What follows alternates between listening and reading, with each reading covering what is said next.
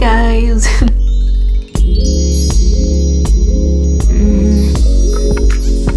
Hey guys, welcome back to my channel. If you're new here, my name is Blanche. Please subscribe to the channel. I bring out 2 videos every week about lifestyle, vlogs, or anything else that I'm in the mood in. So today I have a really fun video. I'm super excited for this one. I was thinking about all the things that I've been doing well in 2021, and it suddenly occurred to me that there are a couple habits that I've been working on, or at least that I've been noticing and being mindful of, and now I want to bring them into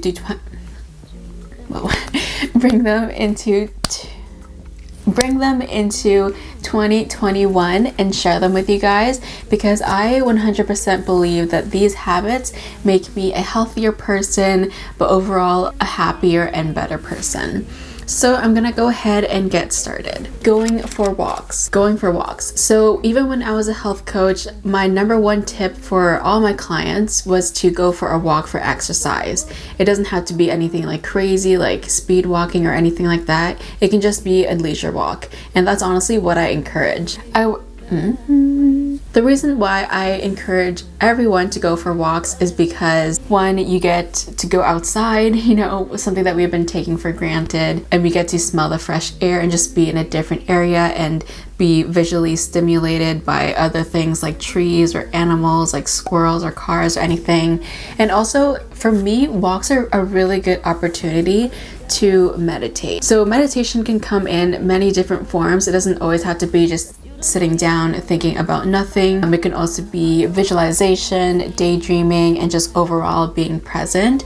And I've noticed that every time I go for a walk first thing in the morning, I always feel so good, because it helps me be and feel good about the day. You know, it makes me feel productive because I wake up, I literally get up because I have to. I go for the walk. It's usually like 30 to 45 minutes. I usually listen to music because I am a huge fan of daydreaming.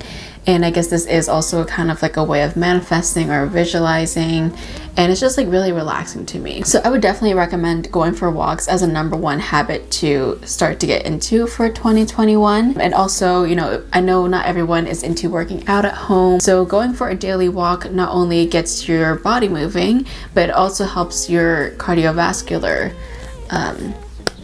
also gives you a good opportunity to start working on your cardio, taking care of your health, taking care of your heart, and all that good stuff. I know a lot of people are like, oh, well, it's not really exercise, but even 10 minutes a day makes a huge difference, because that 10 minutes a day adds up to 70 minutes in a week, which is really important. Excuse me. If you do it first thing in the morning, it will help you feel more productive, like I mentioned, and it will help you want to continue the healthy habit. So it's a really good prompt for you to start being healthier and starting your day off right. Okay, so that leads into the second healthy habit I have, which is eating a healthy breakfast. So similar to the walks, when you start your day off right with something healthy, that's when you start to feel good about yourself, both physically, mentally, and like motivation wise. And then also it will help motivate you to continue that healthy streak. So for example, just imagine your day, you already got up for a walk, for a 10-minute walk around the block, and then when you start with a healthy breakfast, you're like, okay, well, I'm literally like quarter of the way there, you know, might as well treat the rest of the day like a healthy day. A healthy breakfast, for me personally, I think it really makes me feel grateful for the food that I have, you know, especially thinking back to March or April when the grocery stores were like bare, there's like barely any fresh food. It's really just nice to bite into like a fresh juicy apple in the morning and be grateful for all the good stuff and how you're feeling your body. And on the second note, eating a healthy breakfast also just helps you feel good about what you're doing, and it helps you power on throughout the day. So overall, I would say starting your day off with a walk and a healthy breakfast, not only are you doing a lot more than you probably were before in 2020, but you're also doing a lot for yourself today. And then as time goes by, you'll notice that you'll feel different, like a good positive different, and then you'll want to continue to feel that. And then that's kind of how you get into the healthy habit and healthy lifestyle. The third one is to sleep early. Now I know this isn't anything groundbreaking, but Once again, it is so important. I'm not sure if you guys know the benefits of sleeping. You know, of course it decreases stress and your body repairs. So the most productive or efficient time that our body repairs itself is between 10 p.m. to 2 a.m., which is definitely early for a lot of my people out there, including myself. I swear sometimes I go to sleep at like 2 a.m. or go upstairs by 2 a.m. So it's really important, especially if you're getting older and you're working out, to sleep around 9 or 10ish, just to make sure that you can fully repair your body. The fourth healthy habit is to learn how to be bored and learn how to sit in silence. I know this sounds really weird, and it's not something you hear often, but it's kind of similar to meditating and being present and being mindful. Our minds are always racing, we're like an overthinker, and we always have something else to jump on if we have a second to rest, and that's actually very draining and tiring in the long run. I know for myself, because I've been thinking and I haven't really been on top of my meditations before I go to bed, I've noticed that I always go to sleep with my mind racing, and then when I wake up in the middle of the night and go back to bed, it might take me like an hour again to fall asleep because I'm like always thinking of what to do or what's next. I really can't sit still or sit in silence, and that's definitely a problem. Now, a really good way to start off being mindful and just being okay with silence is to sit in silence when you're eating your food. Since my family kind of has crazy schedules, we eat on our own, and I'm trying to make more of a habit for me to eat in silence without no distractions. I did the mistake of eating and reading a book, but unfortunately I feel like that kind of took away from me being grateful for the food and just really being mindful of it. Like literally just in silence, just me and my plate of food. I think that's actually something I'm still working on, but something I'm still really excited to do every day, because I've noticed in the past couple months I've always been either like watching YouTube, watching cooking videos on Facebook, while I'm eating, just to like give myself something to stimulate my brain. And reality is, when you are sitting down and you're being mindful of what you're eating, you appreciate the taste so much more. It's like time stands still and you can just eat. I know that sounds really weird. Sometimes when I eat something way too quick, I'm like I want that again. One way to like really enjoy it and savor the flavor is to eat with no distractions. The fifth habit is to listen to your body when you're working out, definitely when you're eating, and when you need to rest. So starting off with working out, I've noticed that when I'm actually doing the mind-muscle connection, I have so much of a better workout. I make sure that I'm listening to the muscle and I'm imagining it, and I'm listening to my body so that I can grow and beat it up, basically. And it kind of goes back to why I don't really enjoy home workouts, because I'm more of like a gym rat. Whenever I'm at the gym, I'm always on my own, I'm always mindful and just like concentrating. And when I'm doing the mind-muscle connection and listening to my body, that's when I feel like I'm back at the gym. It's like that kind of energy. For listening to your body when it comes to food, this is probably the more important one, because you can definitely tell a difference between eating 3 bowls of ice cream versus eating like an egg and a little bit of spinach and like a slice of bread. Like there's a huge difference in how you feel, and listening to your body is really important in terms of how full you are, but also how sluggish or bloated you feel, because honestly you're not supposed to be sluggish, and bloating does happen, but it's not supposed to be like, you know that feeling when you eat a lot of dairy and you just feel gross? Like it's not supposed to feel that way. So definitely listen to your body when you're eating, and I think that also gives you a good prompt into how to eat mindfully and to choose the right choices when it comes to food. And of course, listen to your body when you're tired or when you need a break, because you can definitely tell when you have stress. I get a lot more anxious and moody, so it's really important that you take care of yourself. Okay, so the 6th healthy habit that I am trying to work on right now is to plan my day ahead of time, probably like the night before or something. I'm not that huge of a planner, I will say that. Like I'm more of like a go with the flow kind of girl. Like literally I'm so chill. Okay. But I've noticed that when I plan at least like a little bit of the day ahead, I feel more productive and I feel more excited to go to bed and wake up the next day. So of course, you know, you're gonna have like lazy Sundays where you're just like, I'm literally chilling in my bed until 2 p.m. But other days when you have something planned out, you get really excited and it helps you feel more productive, which in results also lowers your anxiety, lowers your depression, lowers your overall negative emotions. You know, going back to the whole pandemic and 2020 thing, it's very hard to feel like you're doing something different or something productive or meaningful. But when you're planning the day ahead, you get to think about all the different things you get to do that you didn't do today.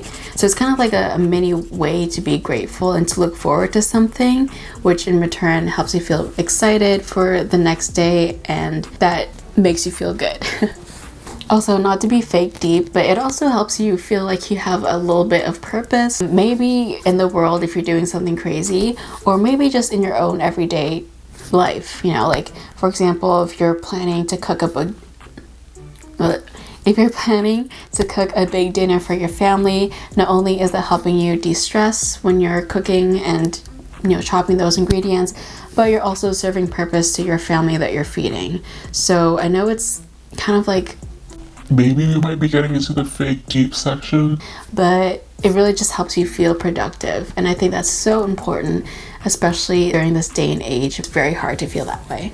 Okay, so the 7th one is probably like my favorite healthy habit. It's a lot more difficult, easier said than done kind of thing, and it takes time, but it is to be open to inspiration and creativity and trying new things in general. That's how you grow as a person. When you're feeling stuck, it's really hard to imagine that you have a purpose, that you have a meaning, that today has a meaning. You know, it's really hard just to break out of that depressive mood and that perspective. So when you're open to trying out new things, that's when you actually start to feel more excited, because it makes you feel smarter. It makes you feel like you know things. Describe it without saying like you're doing a trivia, like it would be useful. Okay. If we're not constantly inspired, or if we're not looking for new things to do or new ways to look at our life, it doesn't help us at all. It doesn't help us, and we feel stuck, and in return half-assed things. We're just not passionate about anything. And I don't know about you guys, but I'm a very passionate person, so if I don't feel it, I'm not doing it. So the eighth healthy habit I have: be more emotional and be more vulnerable. So I know that sounds really weird, especially the emotional part, because a lot of people are always like, you're too emotional, especially for me. I know I'm very emotional. I was to the point where it was like destructive. That's definitely something you want to look out for. But what I mean by being more emotional and being more vulnerable is being more open to showing your emotions in a positive way, and also being more vulnerable so that people can relate to you and people can trust you more and be more open with you. I've noticed that when I am more willing to show my love for my friends and for my family, that has drastically changed my relationship with them. I'm gonna be completely transparent. I didn't really have the best relationship with my parents, because when I moved out to undergrad, to university, I kind of had my own life, which was surrounded by friends. Like, it was definitely like a Hannah Montana double life kind of thing. Like, when I went at home, I was just chilling. Back at undergrad, I was like, she was a movie. You go back home, you're not the same person, even though your family thinks you are. I went to the city for my job every day during the weekdays, and then during the weekend, I was still in the city with my friends. So I was barely at home, and I was like using my house as a food court and a place where I can sleep and shower. And now that I actually took some time to spend with my family, spend with my parents, I've noticed that the way I interact with them is a lot more different. So I don't say like one word answers like yes or no, and I make more of an effort because I'm more mindful of it. And in return, you know, it just makes you feel good knowing that you're with people that you love and people that support you. And it's really important to take care and be present in the moment now, because our parents, or at least my parents, are getting older, and I can definitely see that, and I know I'm not going to have them forever. So it's just nice to forgive your past of neglecting them, and then being present in the moment and telling yourself that you're healing and repairing your relationship. I know that's like really deep, but for me it's been something that I've been really grateful for because I'm actively healing my past relationships and actively forgiving myself. Also, on that note, when you give compliments or when you give hugs, like physical affection and stuff like that, you actually increase your oxytocin, which is a happiness hormone that you don't really get. It's like the love hormone, especially during the pandemic when we want to keep 6 feet away from each other. It's just nice to increase that hormone and not have to worry about that. Tell your parents or tell your friends that you appreciate them and that you enjoy them and that you love them, because we never know what's gonna happen the next day. This one, honestly, I thought about it and I was like, that's definitely something I need to do. So the 9th healthy habit is to make a wish list. So there's a couple reasons for this, but for me specifically, it's because I always shop too much, which is really bad. I think making a wish list will not only help me be more rational when it comes to my spending habits, learn how to manifest things and work for things. It will give you a hit of dopamine, but it won't last forever. And especially with me who does not have a job, I need to be careful with my finances. Slow down and think to yourself, is this something I want? Or is this something I need? Or is this something I deserve, you know, if I worked for it? I think making a wish list helps you kind of like manifest items that you want, like tangible things. And last but not least, the 10th healthy habit is probably something that I hear about all the time. It's like my go-to, but it's to take care of yourself. Like truly taking care of yourself. Like think. I'm talking about taking care of yourself in the whole spectrum. That means, of course, like nutrition, exercise, sleep, well-being, but also overall in your goals and your visions and your perspective on yourself. What's really important to remember is that a lot of it starts with our mind and our perspective and the way that we think. For me personally, because I'm such a huge believer in mental health and stuff like that, that's probably like the first place to start. The way you think is very different, and the way you see things and perceive things and your attitude changes drastically. I'm not sure if you guys have looked up the term neuroplasticity, but that is very important and it works wonders. If I didn't tell myself every day, you're safe, it's fine, I probably wouldn't even be able to sit in the front of the camera and talk to you guys or do this thing, because like I would just be my own worst enemy. Like I would be the one who's holding myself back. So when I say take care of yourself, I mean it in a lot of ways, but take care of your soul as well, and also your brain and your heart, because at the end of the day, you need to be the best version of yourself, and that includes being in your prime. Make sure you do that. Okay, well, my battery is 20 seconds away from dying, so I'm gonna end it here. I hope you guys enjoyed. Please comment, like, and subscribe. It really does help, and it makes a huge difference for me. But yeah, I will see you guys in the next one, and I'll talk to you soon. Bye!